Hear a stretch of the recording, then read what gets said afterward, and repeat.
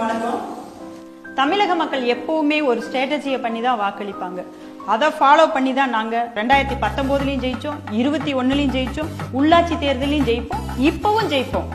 அது என்னன்னா, சொன்ன சொல்ல காப்பாற்றக்கூடாது, கொடுத்த வாக்குறுதியை நிறைவேற்றக்கூடாது, பொய்யா சொல்லணும். குவார்டர் கோழி பிரியாணி கொடுத்து 200 ரூபாயை கொடுத்தா அருவமா சபாஷ், அருமையா பேசுறீங்க.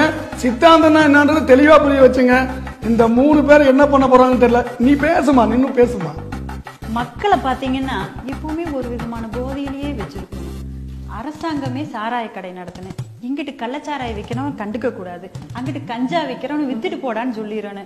உலகம் பூரா எவன்லாம் போதை பொருள் கடத்துறானோ அவனை பூரா கட்சியில சேர்த்து பதவியை கொடுத்து பாதுகாப்பா வச்சுக்கணும். இதுதான் எங்களோட கடமை, கண்ணியம், கட்டுப்பாடு.